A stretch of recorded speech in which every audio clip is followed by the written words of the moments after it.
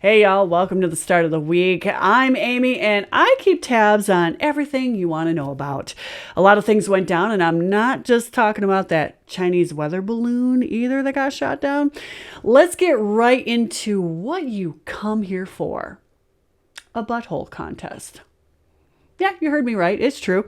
Right here in Michigan, there is a strip club that's holding a quote, Prettiest Butthole in Michigan competition.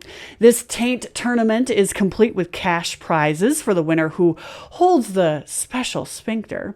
The club is asking for people to contact them to get in on the amateur anus action to compete in this down and dirty butthole bout. Now, of course, this is hilarious. Buttholes are funny, of course. You can't deny a riotous rectum, all right? But, see what I did there? I have a few concerns, okay?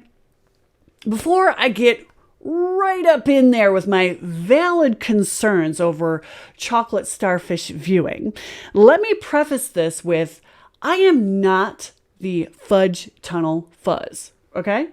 As long as everyone is consenting adults with both the shower and the viewer, I don't have a problem with it.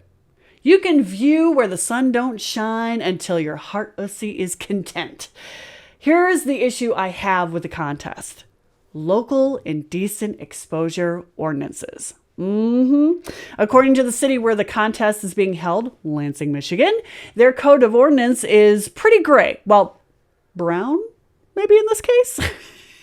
It states, quote, no person shall make an indecent exposure of his or her person in any public place. A strip club is a club, yes, but considered a public place, just like a bar or a marital aid store. Any adult can go in. Plus, strip clubs, depending on licensing, zoning, and local ordinances, have to abide by special rules on whether they can be topless or fully nude.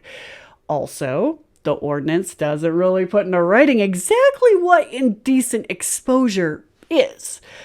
Of course, that's by design, so cops can charge you with that when they're feeling a little spicy, right? Speaking of charges, what is the penalty of showing off your pooper? Well, according to the ordinance, your first penalty is jail, at the very least 7 days, not more than 90 days, and paying a fine ranging from $250 all the way up to $500. So, yeah, you're really putting your ass on the line to show off that balloon knot. Yeah. Also, can we talk about the fact that the club in question obviously did not do their homework at all by doing this contest? Okay, they're getting some hilarious traction on social media for this silly contest, oh, it's outrageous butthole, obviously the violating local ordinances, that's real bad, yep. But now cops and the same people who are screaming about drag queens being indecent, along with freaking out about trans people just existing, now can go after strip clubs by pointing to this contest and its violation of local ordinances as a reason for a raid.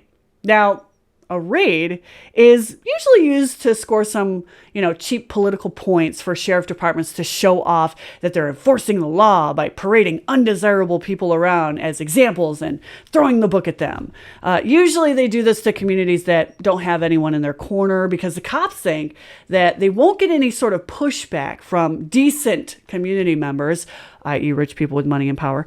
Keep in mind that during a raid, anyone in the club, including patrons, are subject to getting charged with indecent exposure or really anything that could, the raiding force could feel would stick, okay? So now that is a really shitty situation that the club has decided to force their customers and their staff into. I really feel for the entertainers because their own club just exposed their whole ass to a possible retributional raids brought on by overzealous sheriff departments who are looking to score political points by busting up legal businesses that don't jive with Christian nationalist worldview that is gaining traction in our government. You can't deny that, that's for sure. And let's be real, how many overzealous sheriffs do you know right now that would love to show off their power and give adult venues a black eye for a brown eye? Now, I bet you're sitting there asking, Amy, why do you care about this fart box fight?